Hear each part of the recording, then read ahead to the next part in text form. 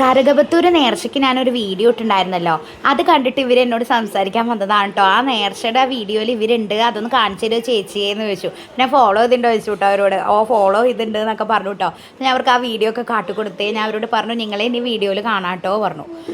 നമുക്കൊരു സന്തോഷമല്ലേ നമ്മുടെ വീഡിയോസ് കണ്ടിട്ട് ആരെങ്കിലൊക്കെ നമ്മൾ തിരിച്ചറിയുന്നത്. അത് കഴിഞ്ഞിട്ട് ഞങ്ങൾ പോകുന്നത് ഇവളുടെ ഡാൻസിന്, ബേബിക്കുട്ടിയുടെ ഡാൻസിനാണ് കേട്ടോ.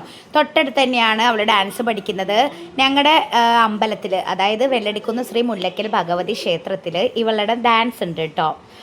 9-ാം തീയതി തൊട്ടിട്ട് 12-ാം തീയതി വരെ പരിപാടികളുണ്ട്. അതിൽ 10-ാം തീയതിയാണ് ഇവളുടെ ഡാൻസ്. അപ്പോൾ അതാണ് കേട്ടോ അവൾ ഡാൻസ് പഠിക്കുന്ന ചേച്ചിയുടെ വീട്. ആതിര എന്നാണ് പേര്.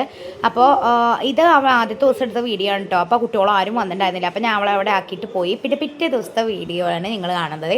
പിറ്റേ ദിവസം ഞാൻ അവൾ അറിഞ്ഞിട്ടില്ല കേട്ടോ ഞാൻ വരുന്നത്. പെട്ടെന്ന് ഞാൻ മിണ്ടാതെ വരികയായിരുന്നു. അപ്പോൾ അവൾ എന്നെ കാണുമ്പോഴുള്ള എക്സൈറ്റ്മെൻ്റ് ആണ് കേട്ടോ കാണുന്നത്. എക്സൈറ്റ്മെൻ്റ് അല്ല, പെട്ടെന്ന് പേടിച്ചതാണ്. പിന്നെ ഇവരെ അന്ന് 2-3 കുട്ടികൾ മാത്രമേ വന്നിട്ടുണ്ടായിരുന്നില്ല. എല്ലാവർക്കും പനി ആയതുകൊണ്ട് അവരൊക്കെ റെസ്റ്റിലായിരുന്നു. കുറേ കുട്ടികളുണ്ട് കേട്ടോ ഡാൻസ് പഠിക്കാൻ. അപ്പോൾ ഇവരൊക്കെ ഇങ്ങനെ ഡാൻസ് കളിക്കുന്നുണ്ട്, പ്രാക്ടീസ് ചെയ്യുന്നുണ്ട്. അമ്പലത്തിൽ കളിയാണല്ലോ 10-ാം തീയതി. അപ്പോൾ അതിൻ്റെ തകൃതിയായിട്ടുള്ള പഠിക്കലാണ് കേട്ടോ. അപ്പോൾ അതിൻ്റെ ഇടയിൽ ആതിര കുട്ടീനെ നോക്കുന്നുണ്ട്. ദയാച്ചു എന്നാട്ടോ അവൻ്റെ പേര്. ആതിരയുടെ കുട്ടിയാണ്.